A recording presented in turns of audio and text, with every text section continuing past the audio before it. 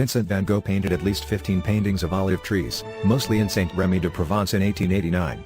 At his own request, he lived at an asylum there from May 1889 through May 1890 painting the gardens of the asylum and, when he had permission to venture outside its walls, nearby olive trees, cypresses and wheat fields.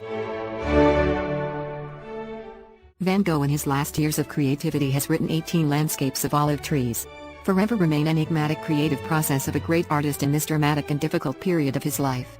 One can only assume that his restless soul finds peace and relaxation where he worked on these landscapes.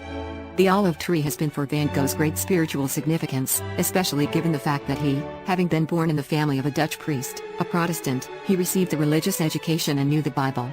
His delicate and sensitive soul, from childhood was taught to love and compassion, and rich artistic imagination carries him in the Garden of Gethsemane where olive trees grow on the ancient stony ground, waiting for the heavenly life-giving water. The artist was enchanted by the magical interplay of the tree branches, and the changing foliage in the sunlight shades. Van Gogh reflected in his collection Olivier a new way of painting for him, where he has long, wavy strokes. It is said that it was the result of his mental state during this period. But the picture is still beautiful.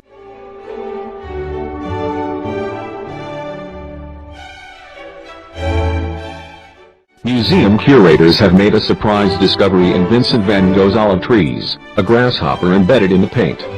The experts from the Nelson Atkins Museum of Art in Kansas City discovered the insect, missing its abdomen and thorax, 128 years after it was painted.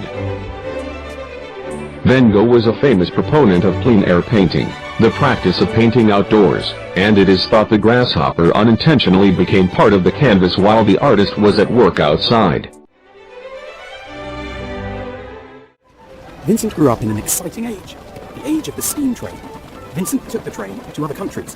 He didn't really know what he wanted to be, but fortunately, his brother Theo had a good idea. He wrote, "Vincent, you're good at drawing. Why not try something with that?" That was true. Vincent loved drawing. And painting? He could learn that, couldn't he?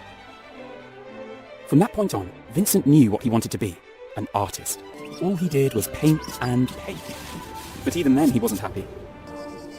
Vincent wasn't very old when he died. He was a determined and curious go-getter, and in his work, he never gave up. What he can teach us is that you should do what you're good at.